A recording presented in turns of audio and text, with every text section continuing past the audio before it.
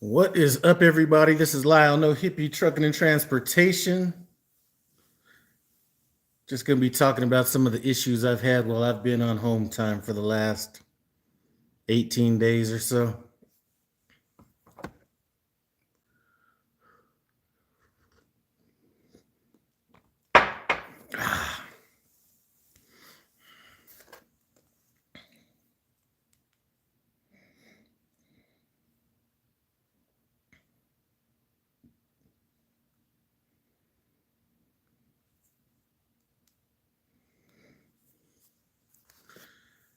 Flatbed trucker, what's up? Arizona trucker, what's up? Just going to be addressing some of the non-trucking, I guess some of the non-trucking type stuff that's been going on during this home time. Just had to send my fleet manager a message yesterday saying I'm probably not going to be ready to go on the 22nd. So are you saying, Arizona trucker, are you saying that you're on home time drinking a beer? If so, good to go. I'm not much, I like a good beer, but usually when I come home, since I'm not able to partake as much as I usually had in the past, when I get home, it's usually going to be some bourbon or something like that. This happens to be a espresso, like a quadruple espresso, so there's a lot in here. Not that I'm opposed to drinking early in the morning when I'm off. I just don't have that spirit right now.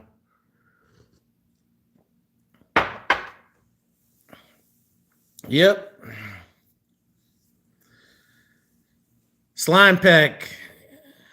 Man, we're about to get into this, but I keep saying I drive my cars until the wheels fell off. Well, hypothetically, that happened on my wife's 2013 BMW X5. So just get into some of that here in a little bit. Give me about another minute and we'll kind of get into all the issues this home time has presented. Luckily, actually, I was here for, a lot of this shit. All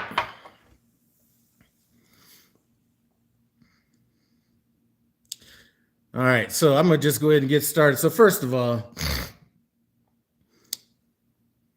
I started my home time around the 30th the last month. So I planned on staying out to the 22nd. Well, the first issue that came up was damn, what was the first issue? Hold on a second.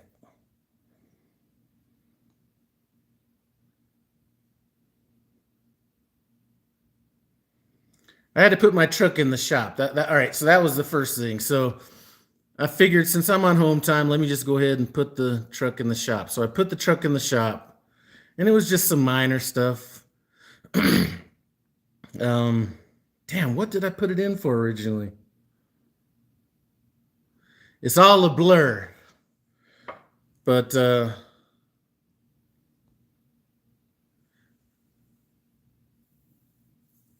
shit, now I don't remember why I put the damn truck in the shop. Oh, that's right. I put the truck in the shop for a coolant leak. So there had been a check engine light that was on. The yellow one, no big deal. So I put the truck in the shop maybe about 6 days after I got home, figuring, you know what, that's a small deal. Not going to worry about it. Get it in the shop. It sits there for about 4 days because it'd been snowing. And I'm not going to pick up a truck bobtail when it's snowing and icy out. So I finally go pick it up. And hold on just a second. I'm on my Wi-Fi, so we'll see. If not, I may have to get off of this. But I go pick up the truck, and the check engine light's still on, which is one of the things that they said they fixed. So normally I'd have just picked up the truck and rocked. You know what I'm saying? Because I know that yellow light's not that big of a deal. Whatever. So since I had time at home, I was like, all right. I walk back in there. I say, here's the deal. So they're like, okay, I'm gonna have one of my guys come out there and hook up to it.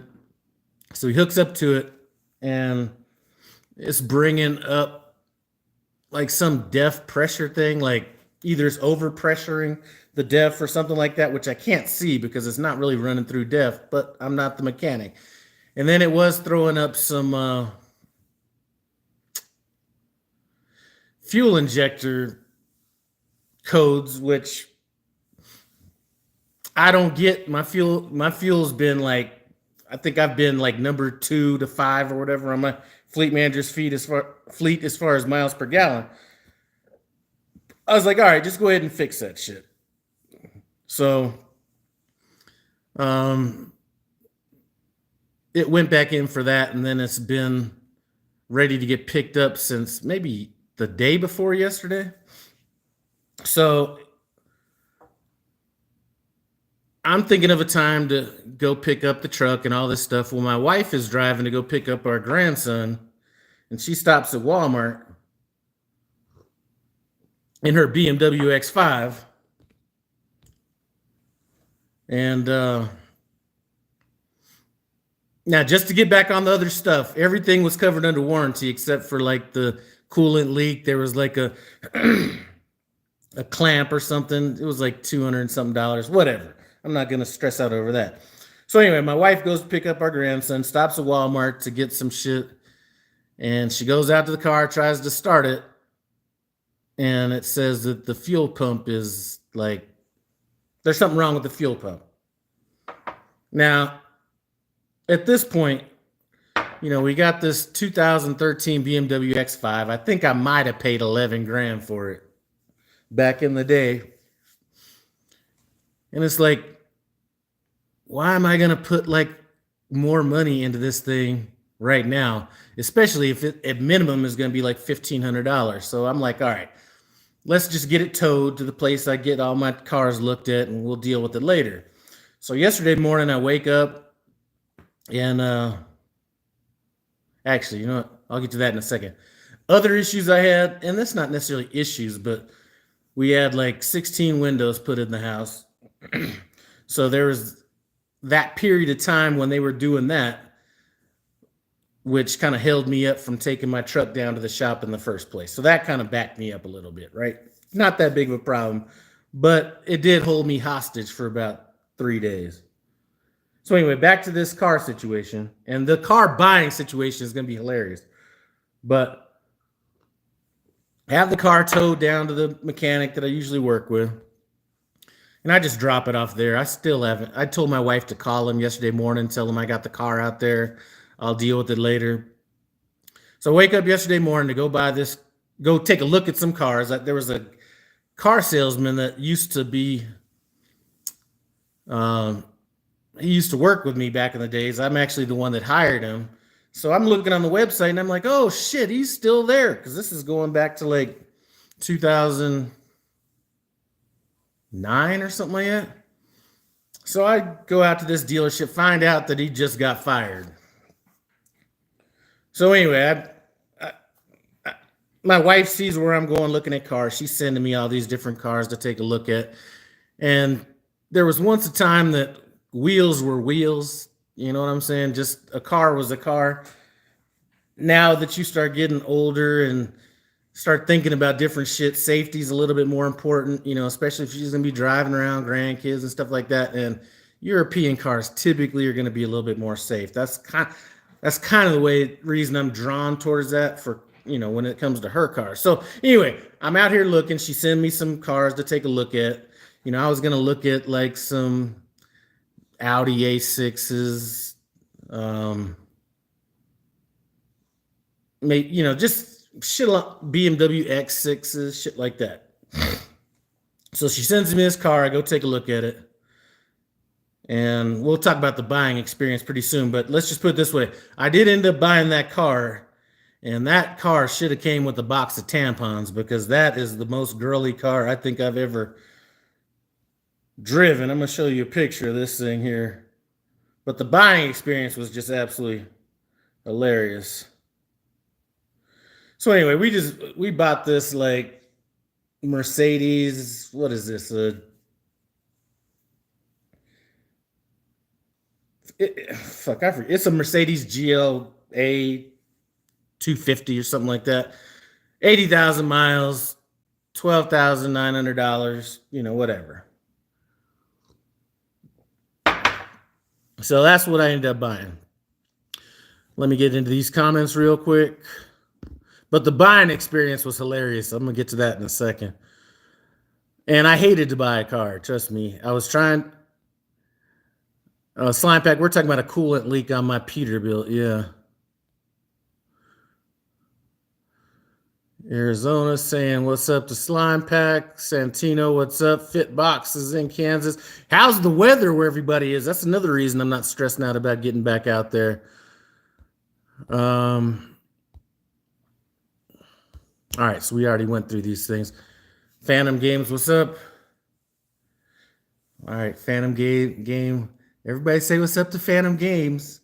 So anyway, when I go here so I just walk into the lot. So I just find out that my boy that used to work there got fired. Well, they didn't say that, but I stayed at the dealership and kept asking questions during this stuff. So they give me this, the salesperson I run into is this Cuban guy, which I'm just painting a picture for you. A Cuban guy that kind of has the short size, and then he has this big old like man bun thing on top. I'm painting a picture. He was a good salesperson. He was a newer salesperson. So this is kind of like this isn't a new car dealership. They specialize in like European cars, so they'll have cars there anywhere from like Mercedes G63s all the way down to like, what I bought, or even lower a little bit. So he's like, what do you want to take a look at? So I, he's like, go on the website, see what we have, and send me some stuff. So I'm like, okay, there's this Audi, like kind of I don't even remember what that was called. Some kind of a crossover. It was more like a wagon type deal. And I was thinking about that because my wife carries a lot of shit. But anyway, I'm like, you know what? Here's my wife once. Let me just drive this.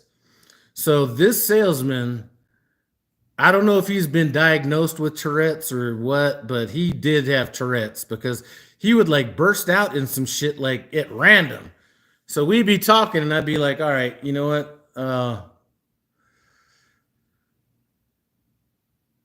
Let me go ahead and take this car to my house and have my wife take a look at it because we're down one car, right? She's not, she's at the house with my grandson at the time.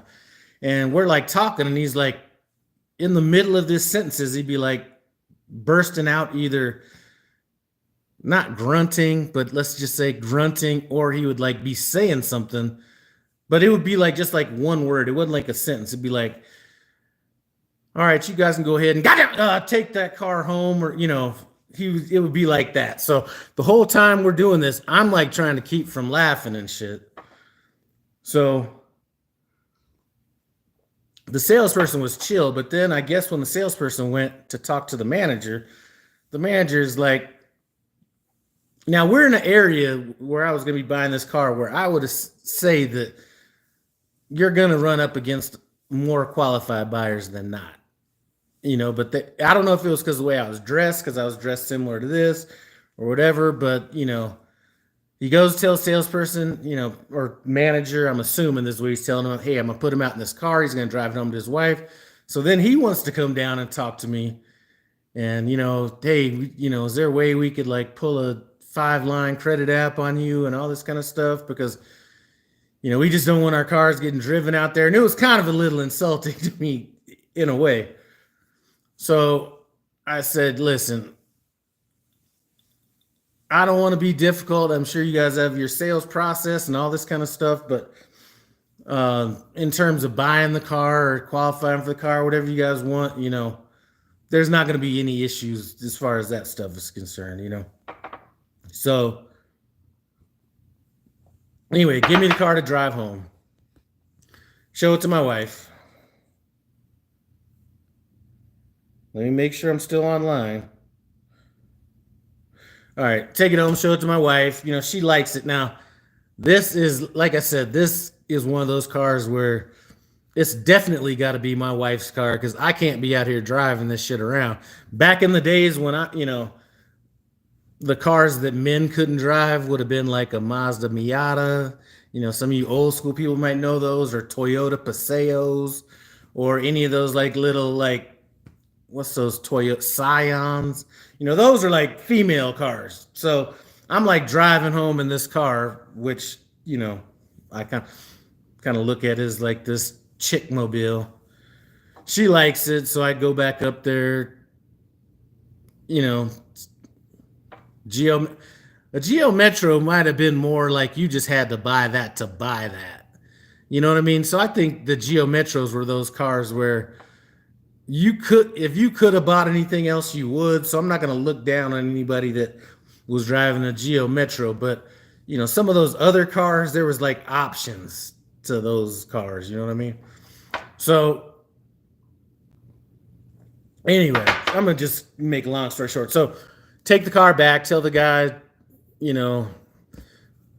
I got my grandson with me. My daughter's about to come and pick us up. We're gonna go out to lunch or whatever, and then we'll be back. So I know my wife's patience at car dealerships is a little bit lower than mine. So we got back and things were moving a little bit slower than she wanted. So I was like, once I figured we were in the zone to buy the car, I was like, just go home. So I just went ahead and handled it. And I didn't think about it at the time, but what I really thought about was based on how I was kind of treated, or not necessarily treated. And I'm not even saying by the salesperson, but I feel sorry for people that don't walk into a dealership in a position of power. Like they could take it or leave it. They don't have to worry about down payments or financing or whatever the situation was, because I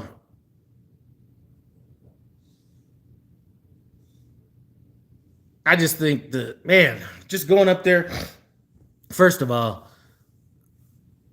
they were, how can I explain it?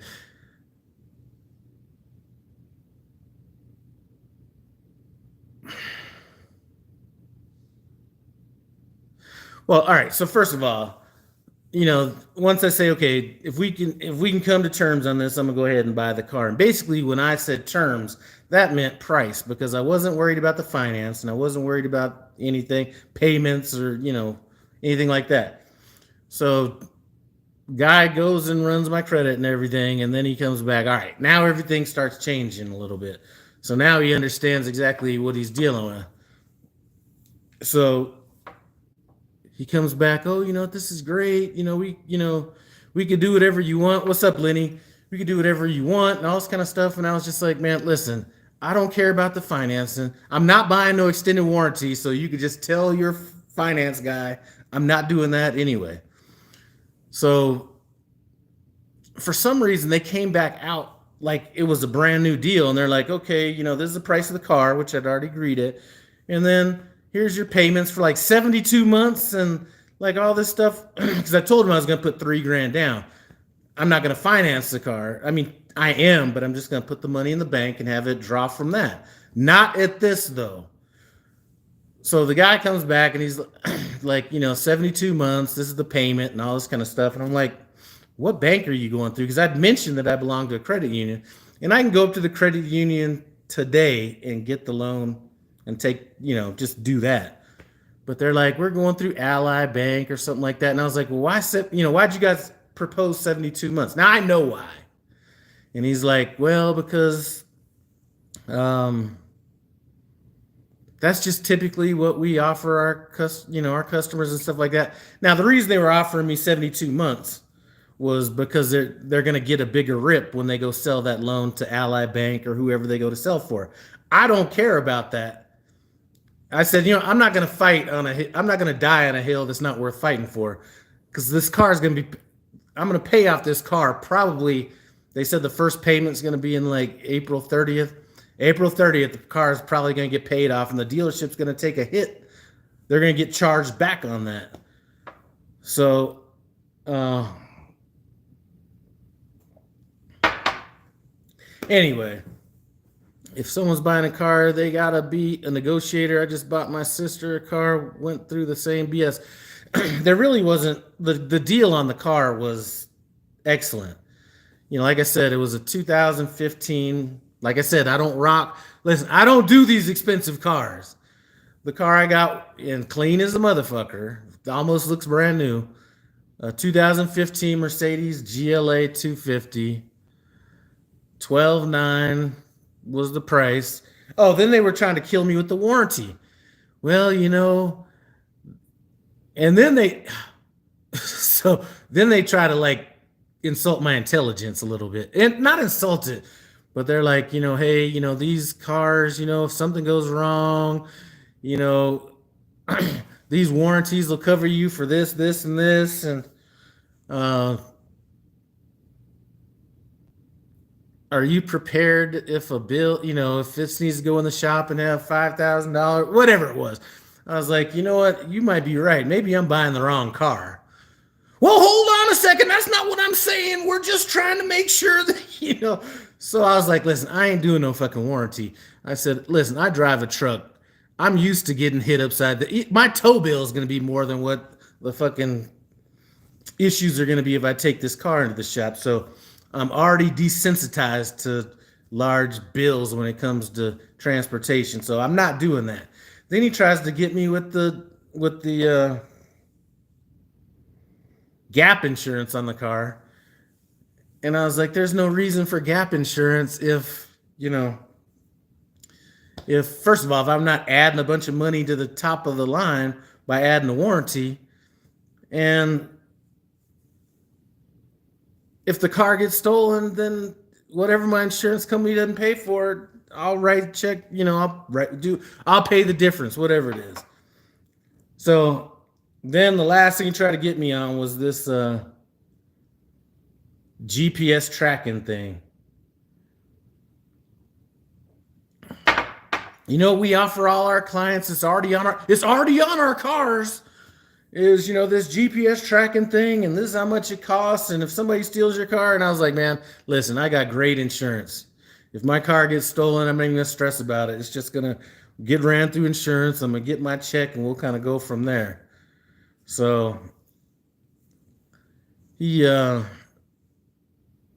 finally ended up doing the deal. I mean, I still haven't even looked at the shit they gave me. They give me a water bottle. I don't know what this little ass coffee mug is for. And it's kind of thin. That's going to last for about 4 days. This lanyard, like I'm going to be walking around with this shit on. Anyway, that's kind of what's been going on here. And if that's not enough stress, I got people that, I try to see when I come home, or they're like, we'd like to see you and this and that kind of shit. And I'm just like, I almost felt like going on Facebook and just saying, listen, I got shit I gotta do. You know what I mean? Like, it's not just as simple as me just fucking rolling over to your house. You know what I mean? Especially when I'm dealing with things on every different fucking front. So anyway, that's it. So now my truck's done at Peterbilt, but we're snowing out here, and I'm not going to go pick up a truck bobtail in the snow to go to Thermo King. So I'll probably wait for that tomorrow, or to do that tomorrow, because my APU needs to get worked on. These are issues that I didn't even think were going to be issues when I came home, right? The coolant leak, it's the first time I noticed it once I drove the truck and pulled up to move some stuff into my truck, because I like to start moving shit. Oh no, that's right. I noticed it when I brought the car home and had my daughter cleaning it. That's when I noticed it. And then noticed APU at that time. So these weren't issues I'd planned on dealing with when I came home. So now the issue I got to deal with is I got this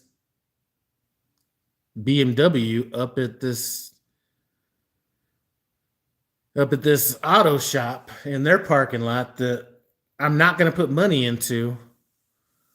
So when my wife gets off work, I'm just going to tell her to go up there, clean that shit out. And then I'm going to just have somebody come by that says, we buy cheap cars, we'll tow it, we'll do whatever. And honestly, I'd have them tow it for free. But if they give me a few $100s, that's fine too.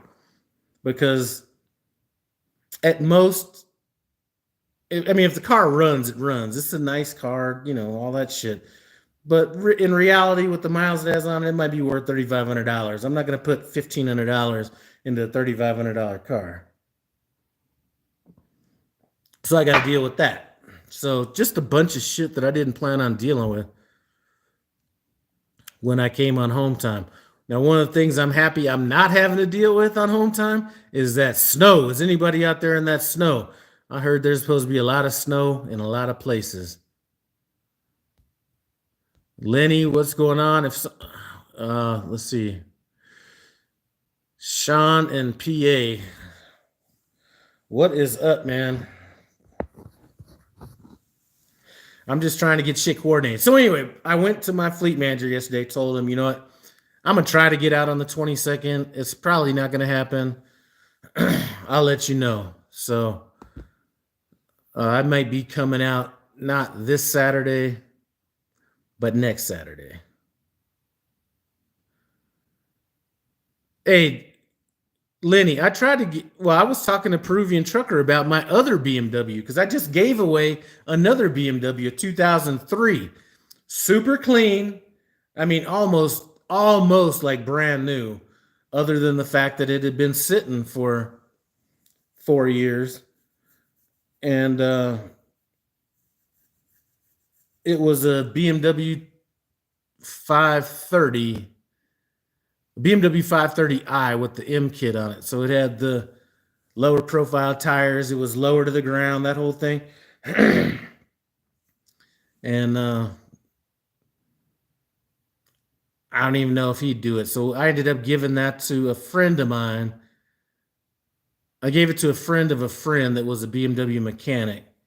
Because even then on that car, if you weren't going to put the work in yourself, like him, to do what he needed to do, might have cost $1,200, $1,500 to get it up running. That's a good car for $1,200, $1,500. Same thing with this BMW X5. Somebody goes in there that knows what they're doing, can get the fuel pump, at wholesale and do the work on it. They got a car that's probably minimum going to run another 50,000 miles. So it just I wasn't planning on dealing with this. I was trying to put it off another Hometime. Because now I got to look into getting my truck done. The truck that I got a 2009 Dodge Ram Hemi 1500. And that truck, the exhaust system basically fell out of that thing. So I just told my mechanic, cut that shit off. Throw it in the bed of my truck. If I ever feel like getting it welded on, I'll get it welded on. But otherwise, I at least got another, I think, year and a half to where I could just straight pipe it and not worry about it until I got to get emissions on it. I hate paying for a fucking car.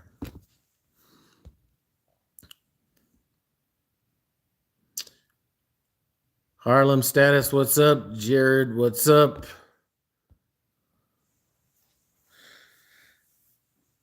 So that's kind of what's been going on. Yesterday, before we went to buy the car, went and had lunch with my daughter, her man, and grandkid up at Cheddar's. Everybody was talking about how good that shit was. I was like, I don't know about that. It was all right.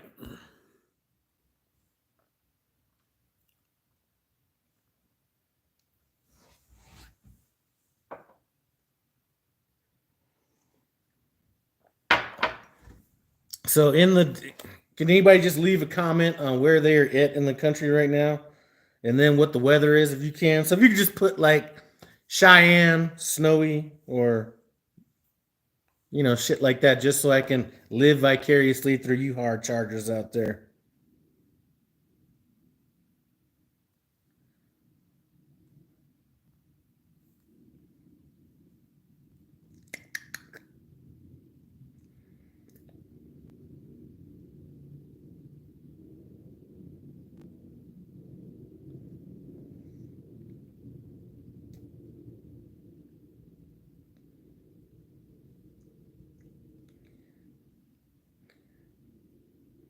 Yeah, but I did feel embarrassed driving that damn car home yesterday. Hayward, California. I'm pretty sure the weather's not horribly bad out there. Alabama, partly sunny. See, that's where I need to be. I'm looking at all these people out here and snow. And I'm really not trying to deal with that right now.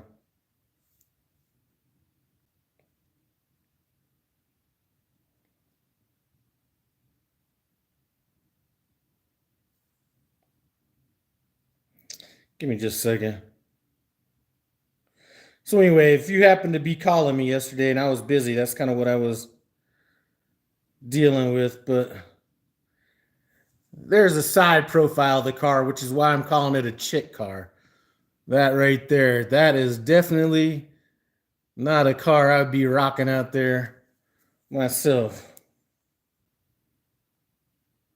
But perfect for my wife. Plus, it's a little bit slower. She used to drive around that BMW a little too fucking crazy. This thing has about 25% less power, so that's good. It is, it is a small ass. It is a small car. Super Bass is in Alabama. All right, that's what I'm talking about. Man, I just got a message talking about Springfield's supposed to get a ton of snow. Lenny's usually out in Springfield. No, I'm joking. I'm joking. Philadelphia, high winds, man. Is it snowing and high winds? That's not a good combination. I know a couple people upstate New York right now. Seem like things weren't that good when they sent those pictures to me.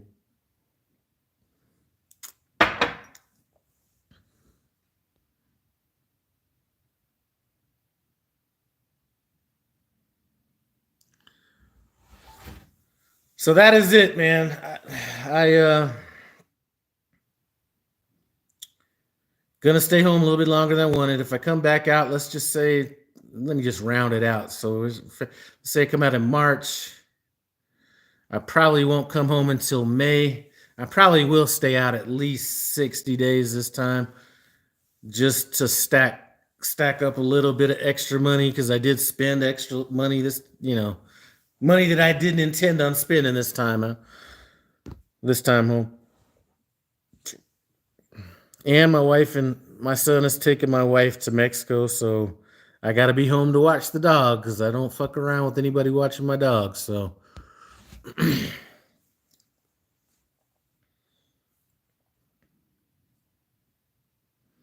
Clearwater. See, all this, I figured more people that would be on this live would be in some of these places that are getting that shitty weather. It's surprising to see so many people in halfway decent weather.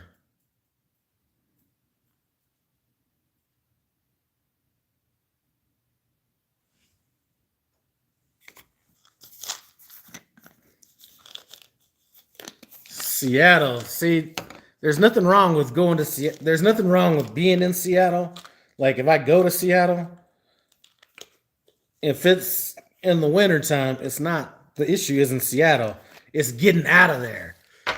I gotta cross the mountains at some time. But I tell you what, one of the best times I ever had out that direction, I did a video on it, this was during the pandemic. Springfield, Massachusetts. One of my favorite truck stops is over there. Even though you got to pay to park there, there's always parking, kinda. And Subway is Subway, but that dude there makes the best Subway sandwiches ever. I forgot the name of that truck stop in that area, but I like it. All right, so during the pandemic, I just got out on my own. I think, yeah, I just got out on my own, and I'm coming through Snoqualmie, and they had like there's some club up there. Actually, I still have friends on Facebook. We're not friends, but uh somehow we became Facebook friends on this shit. But I'm driving through there. There was like some club up there, and they came to the truck stop and they were giving out free food and like care packages and shit like that. And I don't remember the name of the club. I think some of those people friended me because after that I went on Facebook and I didn't target their club. I just wrote, like I'm going through whatever it was on Facebook. And then some of those people like tagged it on their like little group or whatever. So that was my favorite time going through there. And they were kicking down some good food. I forgot exactly. It was a bunch of shit. Anyway, little story there. The other time I remember being in Seattle was when I first got out on my own, and I had a load, I think, of lobsters or something like that coming right out of Seattle going to Florida, and I knew I couldn't make the load. And I think that load might have paid like $8,000 or something like that. I could only drive it I think I only got it to Nebraska. And I don't know if some of these guys are in here, but the guy that repowered me was the guy that trained Trucker Crespo, who's now at Walmart. I think his name is Rick Simmons or something like that. Anyway, but I don't usually go too much up that direction.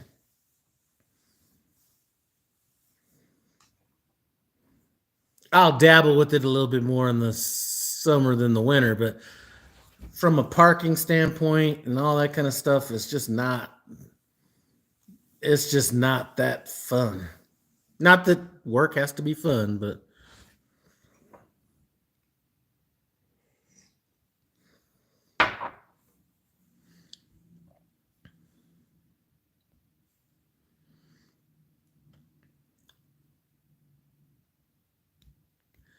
I do need to start getting some stuff prepared to get back out on my truck. I already got clothes and shit, 3 bags, duffel bags full of clothes that are ready to go out on this run. Plus, I have one in the truck already. I got another duffel bag full of stuff going out that's just sitting in my closet ready for springtime. And then I'll probably end up having one more duffel bag made up either for springtime next time, or I might take it on the road with me this time since I'm going to be out 60 days. But if I'm going to be out 60 days, I got 60 days worth of shit. I'm not stopping and doing no laundry. I'm not doing nothing. As a matter of fact, I have a bunch of like old Goodwill t-shirts I bought a while back. I take those out, and then when those things I just instead of putting them in the dirty clothes or where I keep my dirty clothes, I just throw them away. Just keep lightening the pack as I go.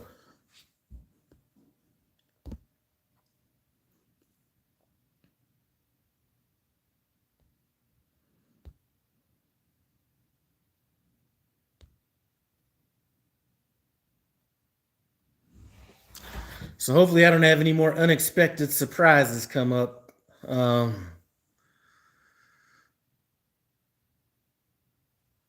When I'm out here this time, because there's a ton of money that I need to start stacking up for shit around the house. So, who's got the reefer with them eggs, man? I don't know. I hate an egg load. I can tell you that, though. Unless you give me them eggs that are in the carton. And I'm talking about the like milk carton thing. I don't like they were acting like eggs were this expensive back when they were 99 cents a dozen. They make you do a little bit too much shit on them egg loads. Well, some more than others, actually, but still got to peel this hair back. I'll probably do that in the next couple days, but I want to make sure that I'm almost on my way out before I cut it.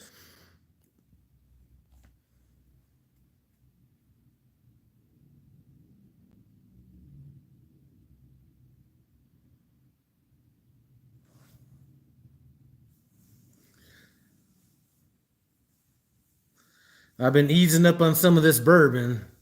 The longer you're home, when you first get home, you just got a taste for it because you haven't done anything in a while. But man, after being home all this time, I just don't have the taste for it. So I still got a bunch of this left, but I got some of that Jack Daniels single barrel proof, 135 proof.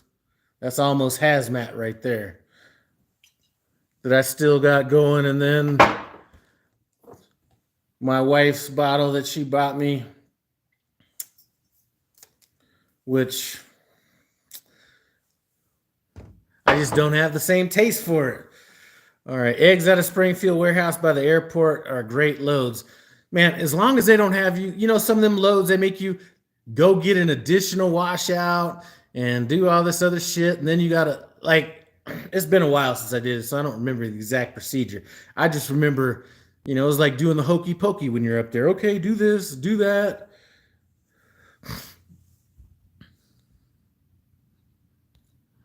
But are you talking about Springfield, Missouri? Because I'm not sure that with that weather coming through there, I'd want anything that they have coming out of there. Or are you talking about Springfield, Massachusetts?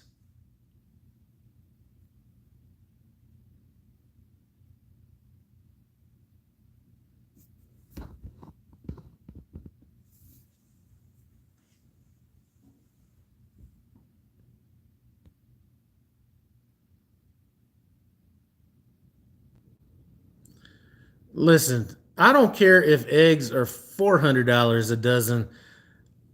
There's a certain point. I mean, to me personally, they ain't worth. I mean, they've never been worth.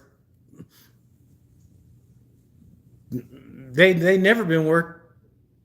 Let's even say like $3 a dozen. I mean, if I'm gonna hang my hat on something, or I'm a die on, I'm a die in battle over some shit, it ain't gonna be no eggs. Because the eggs, that's like a take it or leave it kind of thing right there. If they charged $1 million a carton for eggs, it's not going to affect my life because I'm not going to buy them anyway. Even at 14, I mean, how good of a fucking egg can you fucking have? It's just not. So if you're talking about steak prices or, just like normal, I don't know. Eggs just ain't nothing I'm gonna be ever worried about the price of. All right, Lenny saying, wash your trailer at the terminal. Then they give you 2 dozen eggs for free. Springfield, Missouri. So I think that's a different egg place than the ones that you go to that are like, I'm trying to remember where the last place was I picked up eggs.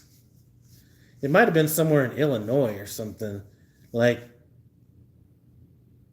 near Springfield, Illinois, if I remember right, but I'm not 100% sure. Michael Page, what's up?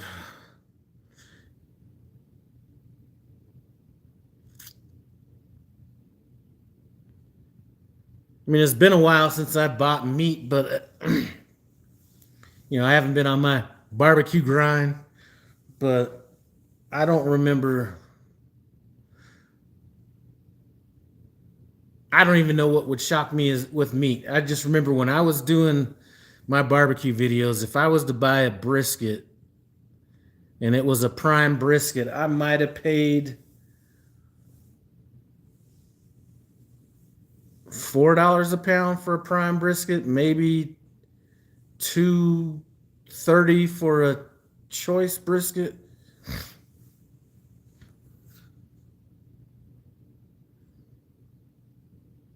So I've been so far out of the loop as far as food costs go that I can't even.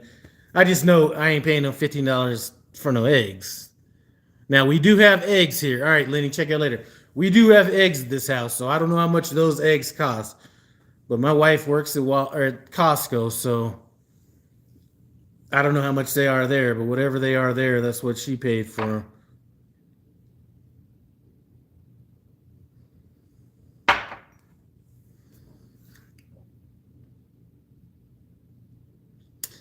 Now the price of bourbon might be going down here pretty soon.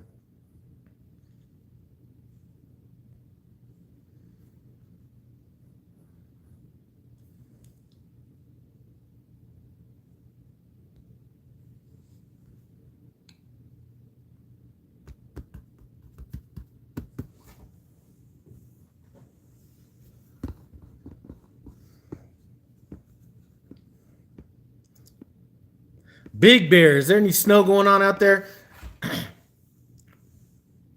I don't even, man, I didn't even know it snowed in California. Like, even when I lived in California, I didn't realize it snowed up there. But back when I was in the Marines, there was a guy that I was in the Marines with that had a, had a sister or something that either lived up there or near there. But anyway, we a few of us went up there and they were talking about this snowboarding and all this shit. And this is back when snowboarding first kind of like, I don't even think like people really snowboarding. So when they were talking about snowboarding, I was thinking it was like some shit that you do on like a grass hill or something like that. Man, got up there, started seeing all this fucking snow. And I was like, I'm from Colorado, so I'm used to snow, but I just never realized that it snowed up in California. So that was a shocker. I did not pack anything for like no snow. I think I might have had like back in the day, you used to have the little overall jean shorts. You know what I'm saying? I might have went up there with some of that. It was definitely some summer gear, and it was probably.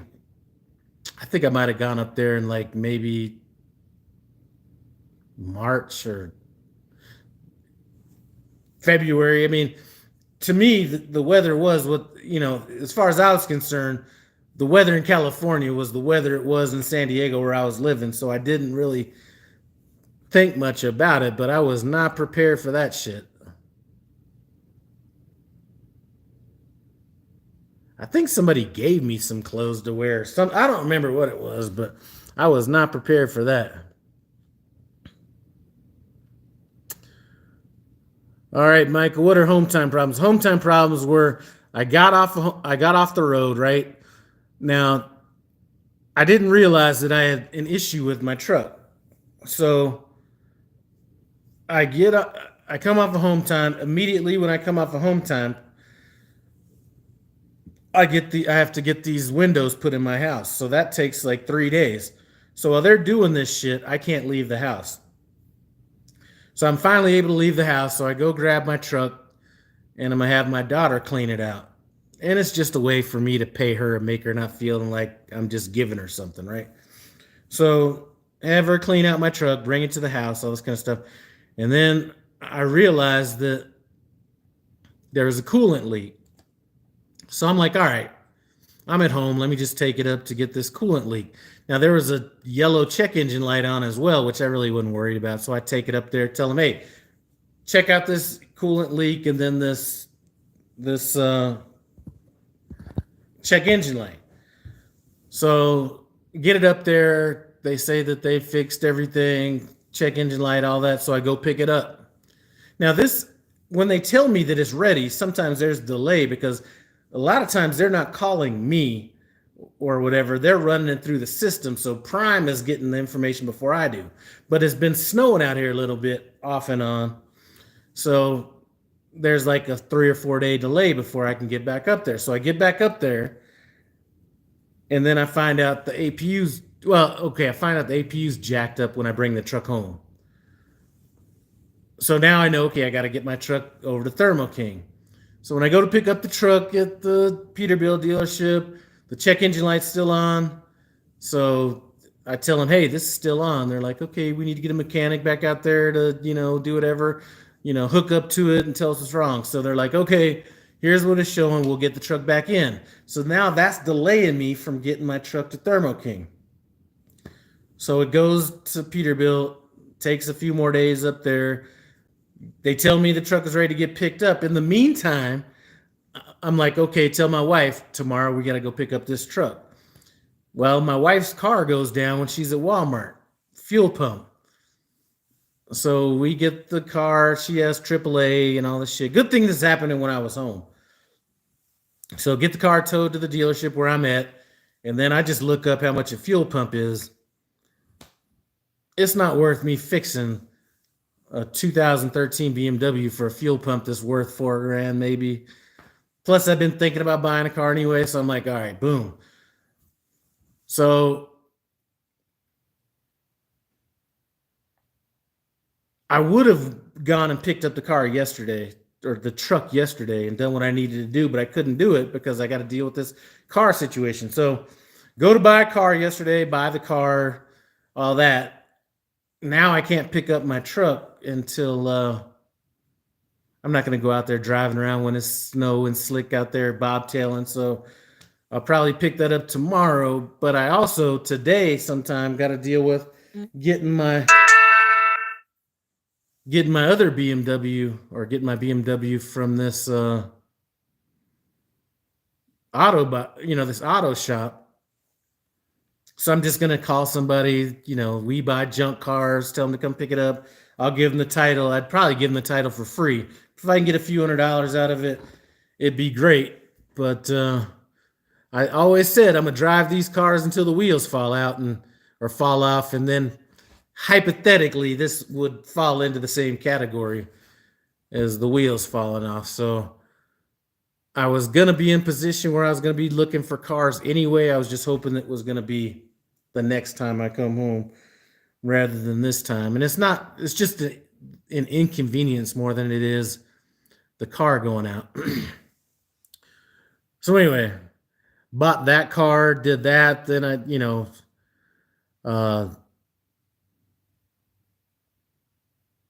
so here I am, still trying to get my semi truck down to Thermo King. All right. Rose Acres, Seymour, Indiana. I don't think I've ever been there. Tennessee Way Station, got 20 piglets outside. Got to turn screen off. Pray for me. I hear you on that. Just left National Beef. Wait, what's the weather out there in National Beef? In Dodge City. I think they might be getting hit out there. We're getting hit a little bit in Denver, but Denver, sometimes we're lucky because when storms come from the west, the mountains kind of block them, or block the storm a little bit, gets a little bit disorganized. And then a lot of times by that storm reconstitutes itself, for lack of a better term. It's over Denver and off to the east of Denver. So Michael Page, those are real life. Hometime issues almost makes it seem like you didn't get home. I'm just glad I was here to handle it, because my wife going out and buying a car, not necessarily what I would want to be dealing with. So, I still feel relaxed, and if the stress I'm dealing with here is a lot less stress than me dealing with this weather out there. So I'm still chilling. Young Critty, what's up? What model BMW? BMW is a 2013 X5 with a 3.5 liter turbo, which is good to get her out of that damn car because she was driving around. Man, she was not afraid to put her foot in that gas. So this one I think is a 2-liter 4-cylinder or 2-liter 4-cylinder turbo. So not near as much power as that BMW.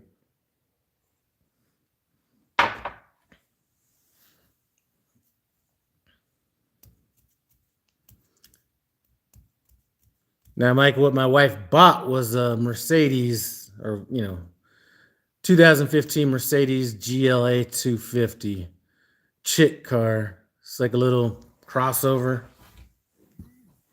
Price was right, under 13 grand, 80,000 miles.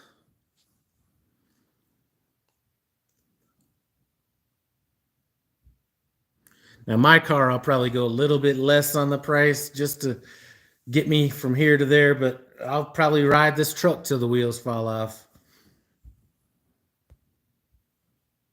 It'd be good to know when those wheels fall off, though.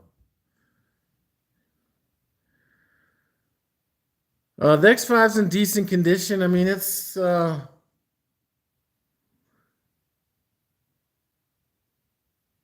got typical BMW issues at that mileage range. There is a little bit of seepage on the head gasket, shit like that. But yeah, I mean, I was planning on, if I was a mechanic, I wouldn't have a problem buying it. I'd put, get the fuel pump for wholesale, put it in, and drive it at least another 50,000 miles and be good to go.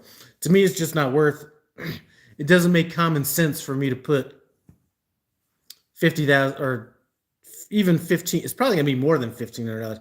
It just doesn't make sense for me to put $1,500 into a $4,000 car. And I think it has like 100 and I don't know, 100 and something on it. I don't remember. But I bought it in 2017. I bought it in 2017 for like 10. So it's already paid for itself over, let's say 2013, or I bought it in 2017, 18, 19, 20, 21, 22, 23, 24. So we've had it at least 7 years. To me, 10 grand over 7 years, that's a win. Not as good as my truck. My truck was one of the best investments ever. Like, you could even include like stocks I've bought. That truck has done that well for me. But this BMW, 11 grand, if I paid 10,000, whatever it was, over the course of 7 years, that's like making money. Because some people with these payments I'm seeing people make these days, man, think about even if you're going to make a $500 payment, which I don't even think I've ever had a $500 payment. Let's say you had a $500 payment, which I'm seeing a lot of people have. That's $6,000 a year just in payments alone. So, I don't know.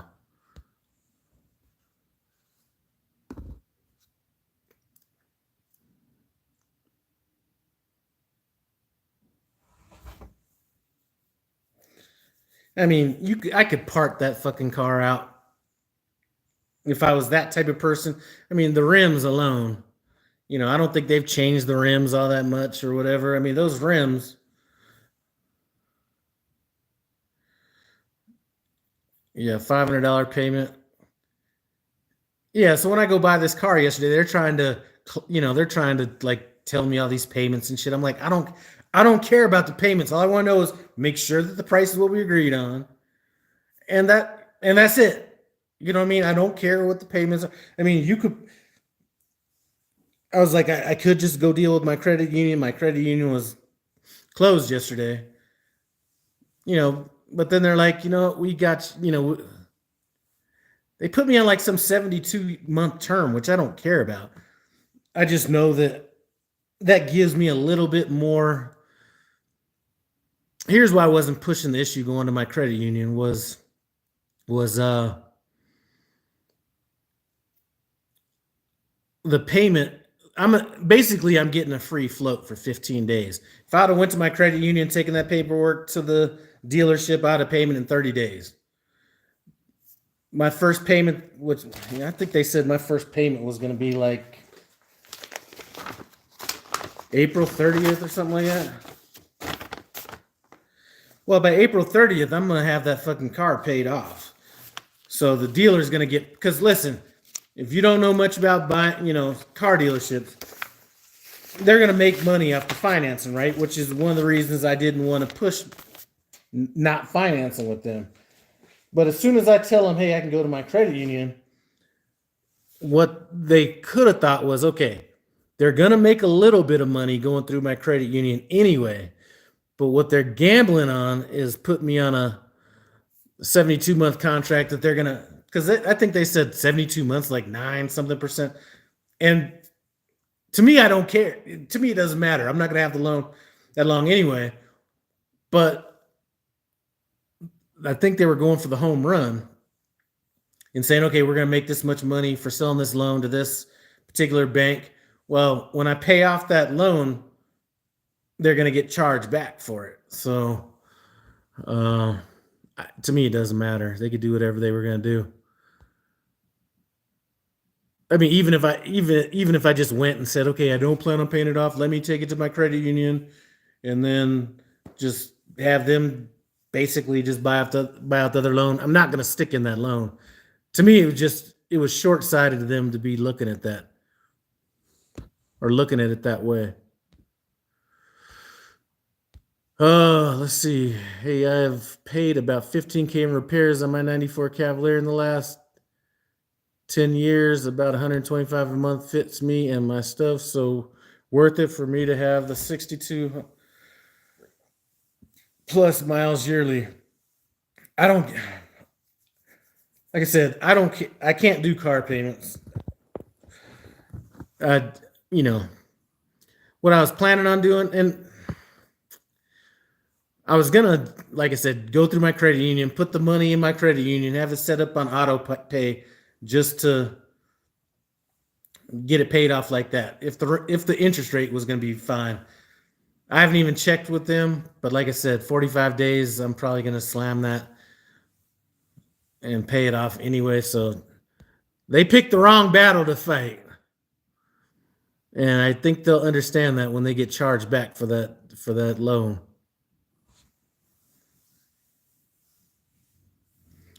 Shit, they'll finance anything if the credit's good enough.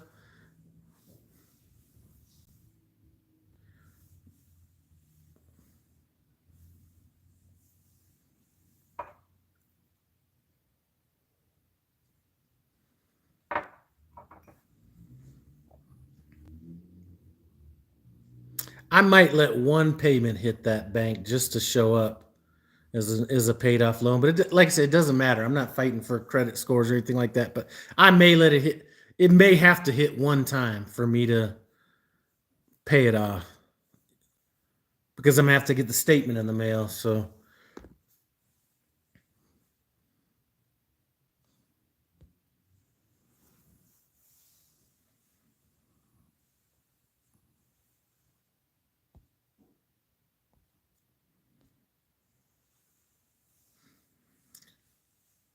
But it did feel a little bit good to have my wife drive that car. Like I said, her BMW is nice, but it was starting to show a little bit of age on it. So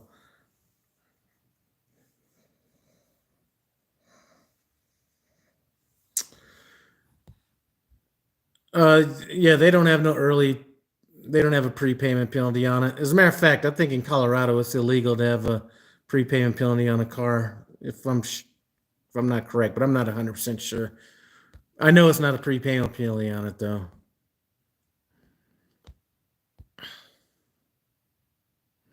Michael Page, you love those Euro cars. No major issues. I've always been scared of them. Love the Audi platform. Just always heard fixing is pricey. The main reason I stick with a lot of those is typically, like the BMW X5 was a tank, more so than this Mercedes, but typically from a safety standpoint, they're usually going to be a little bit better as far as safety goes and stuff like that. Like that BMW X5, that thing is a tank. So, she drives around a lot with my grandkid and, all that kind of stuff. So, uh, that's the main reason. Uh,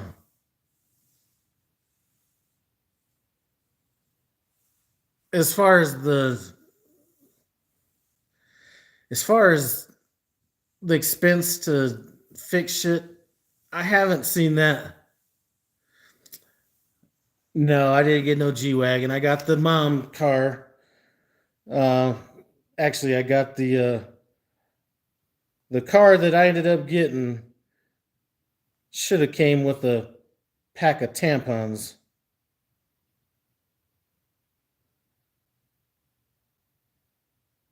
because that is definitely a chick mobile right there. But I won't be driving. They did have a G wagon. They had like 4 G wagons up there, and I was just like, to me, those. I'm sure they're built a lot different. To me, they almost look cheaply built in a way, and I know they're not, but they kind of remind me of a Daihatsu Rocky. If you old people might remember those, kind of, they look like the Suzuki Samurais, but they had like 4 of them up there. Not that I was even thinking about buying them. As far as the Audi situation goes, that might be the route that I go when I go get a car. The last car that I actually had like a real payment on, and I'm saying that wasn't backed by money that I had, was a Volkswagen Passat. And I did like that car. I might go with like, they did have an Audi like A6 up there, and they had like an Audi A8. I might do something like that. Um, I've never really had issues with those European cars as far as the cost of ownership. Now, it's tempting to go with the Range Rover because they had the Range Rovers up there too, and they had some that were like maybe a little bit more money, like and man, those things are so nice. But I used to Range Rovers was the last cars that I ever sold back in like 98, 99, and those cars there were the only cars that I ever remember people literally, and these are people with money, literally crying over shop bills. And from what I've heard, they haven't done any better. But boy, it's man, those were some nice cars. If you could just keep them for like a couple of years, brand new, those are some nice cars. Those are the ones I would stay away from. Any kind of Land Rover, Range Rover of any make or model. I want the Dodge Ram TRX with the Hellcat engine. I know small dick syndrome. They're starting to get, from what I've been hearing, a lot of these car companies are starting to alienate their customers because they're chasing a lot of these carbon credits and shit. So, like, I have a boy that works at Toyota, and he's like, man, people used to like die for these, like, I forget the Tacomas with like the V8 engine, and now they're starting to like do like turbocharged V6s and all this other kind of stuff just because the carbon credit shit like that. I think they're getting away from the 5.7 Hemi and Dodge trucks. So I know there's going to be some specialty engines and some of those kind of things, but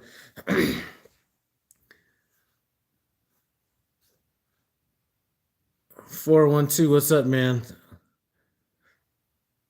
But I like the Dodge Rams. As a matter of fact, I would get another one. But I probably won't, because when I get a car for myself, this next car is going to be super cheap.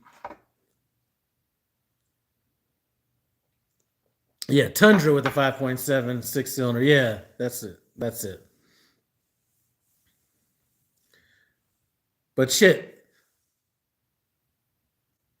it's hard for me to even drive a new car. So when I went to go get my wife's car yesterday, just to drive it and bring it home for her to look at, man, the technology is way past me. Like my wife is used to it because the BMW she has kind of has some of those little, like how to put, like even how to put a car in drive and reverse and all that. She's used to all that. Like I had to have the guy tell me how to get the car in drive and all this shit just to get out of the dealership.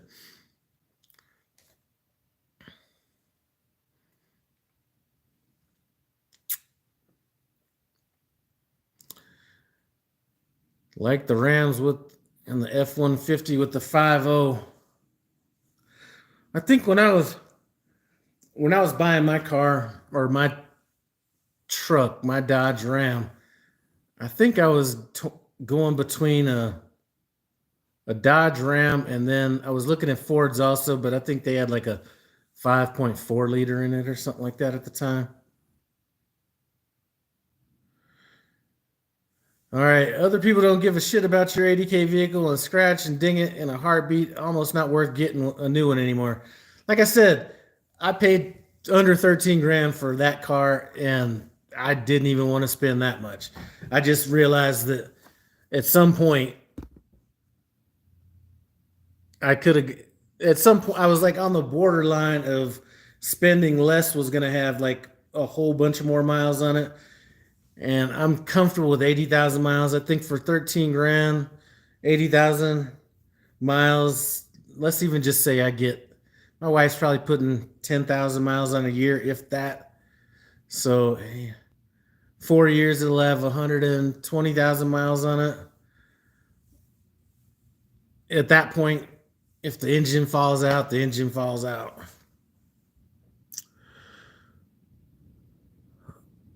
Michael Page, 13 grand, 80,000 miles was a good deal. If that was a good deal, uh, it's clean. I mean, it's a super clean truck. Dozer, I don't know what's wrong with my uterus. I was asking myself that same question when I was driving around that car, taking it to my wife and bringing it home, because that was definitely a chick car.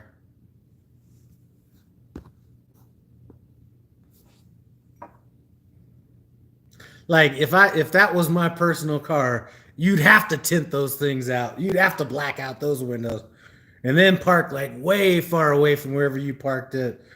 Wherever you were going to.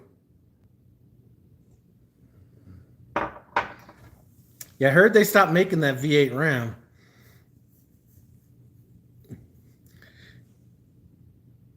And I know they started making those turbo F-150s and stuff like that. My only problem with those small engines with turbos is I just don't think they're gonna last like them V8s do. Like, listen, the only reason I'm thinking about getting rid of my Dodge truck is because it's not worth me investing more money in. But it's not the engine. It's not that the engine's gonna, like, I have no issues with that engine. It's just I happened to buy that truck used. It was out of Missouri, and it's just like rusted a little bit more than normal, and that's probably what happened to the exhaust system. It rusted and fell off. Now I don't have to worry about that. I'm straight piping it right now, but um, if I keep it another year and a half, if it lasts another year and a half, it's not worth me even putting the exhaust back on the thing.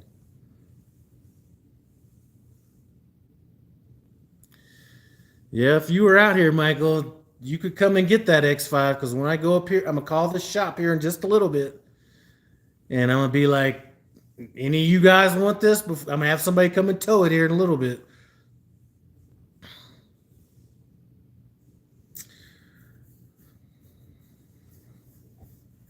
That BMW. The one thing about those BMW X5s, that whole series X1, X5, all is they really haven't changed that much. I mean, they've changed a little bit over the course of time. The only way anybody would know how old that car is her headlights kind of got that like foggy look to them.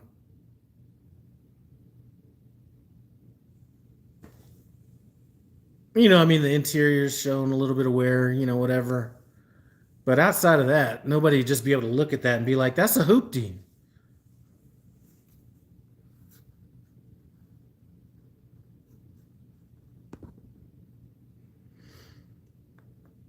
And another thing I like about those European cars, whether it be Audi, I'm assuming this Mercedes I only drove it a little while, and the BMWs is I like that stiff steering. Like you just feel like you're like glued to the road, kind of.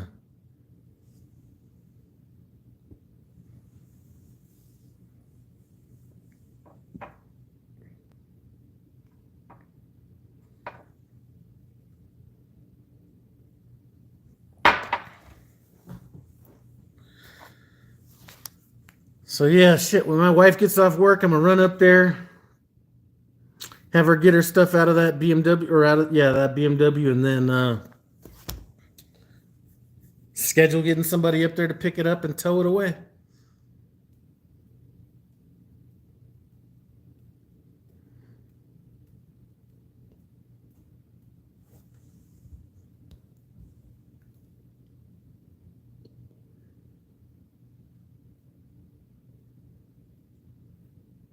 For those of you guys just came in, the fucking car buying part, I'm not gonna go into the whole some of the stuff of it, but this salesman,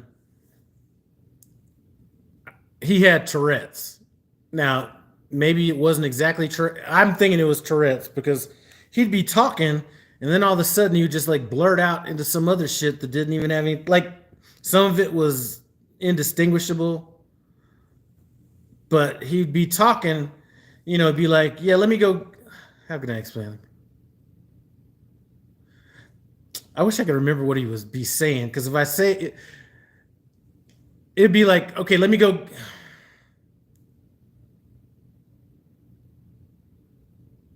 It'd be like, let me go get, all right, now the keys to the car, and I'll bring it back up for you. I don't know to go take a drive in it. He was like blurting out in the middle of these sentences and stuff. Now, first, I didn't know what the fuck he was saying. It kind of took me off guard. But then the longer I was spending with him, it kind of like I was like having to hold myself back from kind of laughing a little bit. But yeah, it was definitely unexpected.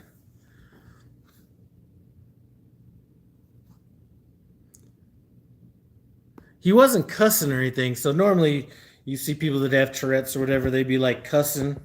I don't know, one of the more famous people for you old school people, NBA basketball player, Mahmoud Abdul Rauf used to have, well, I'm sure he probably still has Tourette's, but he had Tourette's, and so he's like the most famous person I know that has Tourette's. But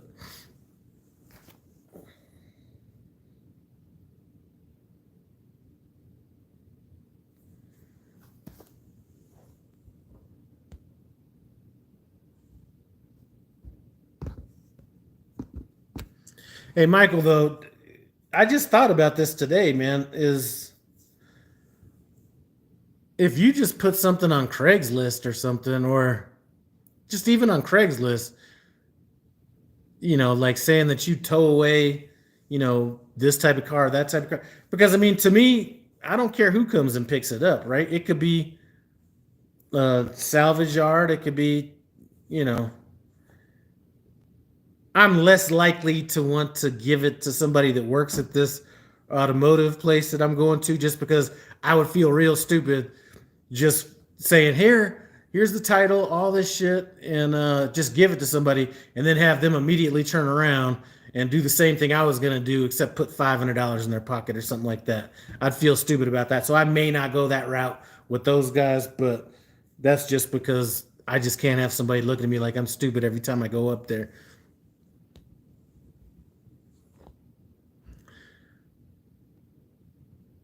All right, let's see. I want to be in your position one day. Don't even care about the vehicle. Just scrap it. Well, this isn't, listen, the thing is, The only reason I'm in that position to do that is because I'm not paying so much money on a car up front. So a lot of people can't get in that position because, I mean, think about this car that I bought now. Let's say I was a regular citizen going in there buying it, and I did the 72 months. In 72 months, well, let's say in half that term, if something goes wrong with their car, they're not going to be in the position. They're like almost forced to do maintenance on a car or repairs on a car because they owe a bunch of money on it or whatever the situation is. To me, if I pay $10,000 for a car and it lasts 36 months, then it's done. It's done its job. I don't want it to break down in 36 months, but in 36 months, that's probably when I'm going to start looking at it like, you know what? If something major happens, you know, it's time to maybe look at something else. But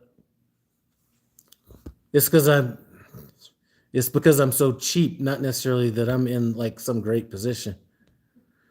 Tony Woods, a Tourette trucker on YouTube. He's a tanker driver, owner, operator currently. I think I have seen a video of it. Like I haven't watched the video full. I think I might have seen a short or something of his. But yeah, same thing. If it's, you know, why not pay a mobile mechanic to fix it at your place and then sell it for $3 to $4 grand? Because the net on that is just not worth the headache, right?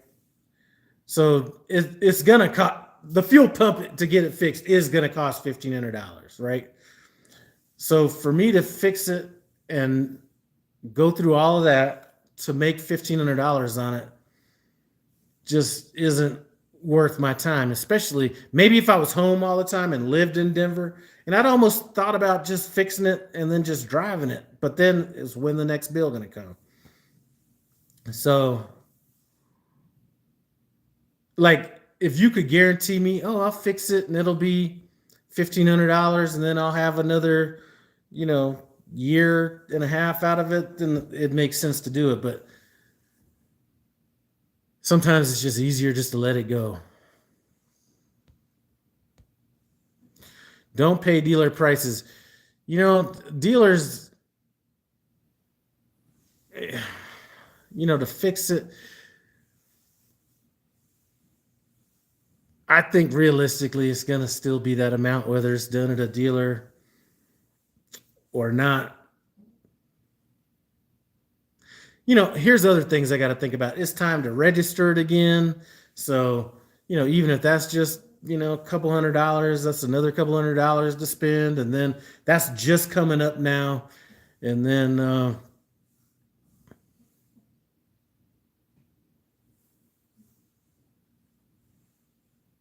you know, I thought about just fixing it and giving it to my daughter. But then if something goes wrong on that, then, you know, once, you know, I could be saddling her with some more issues and something down the road. It just doesn't, I just don't see it.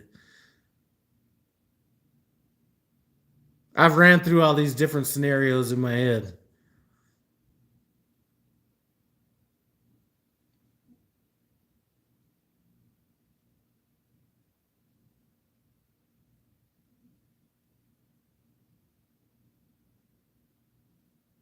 Yeah, and then I got, you know, like I said, maybe if this would have happened earlier in my home time, but so I wouldn't be able to do all this stuff by the time it's time for me to get back out on the road again, right? So if the intention is to sell it and actually go through a normal sale, I'm not going to be here dealing with that shit. It's going to be my wife, who's not the type to be dealing with no stuff like that. So that means I'm going to be sitting paying insurance on it. Um, you know, paying insurance on it for another couple months, and that just gives me one more thing to think about when I'm home next time. I just don't. It just doesn't make sense.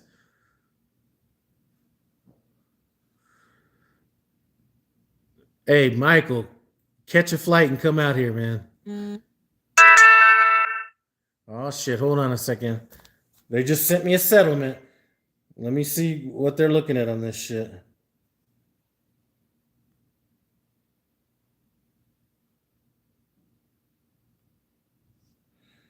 All right.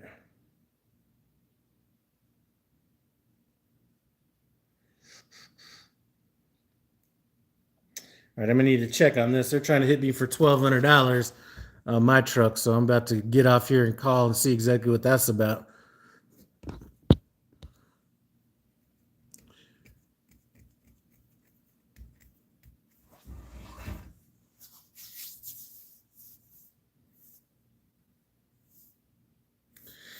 All right, let me get off here and see exactly what this $1,200 is for on this bill I just got on this truck, on this Peterbilt. So stay safe out there in that snow if you happen to be in it. I do appreciate you guys stopping by No Hippie Trucking and Transportation. I am out.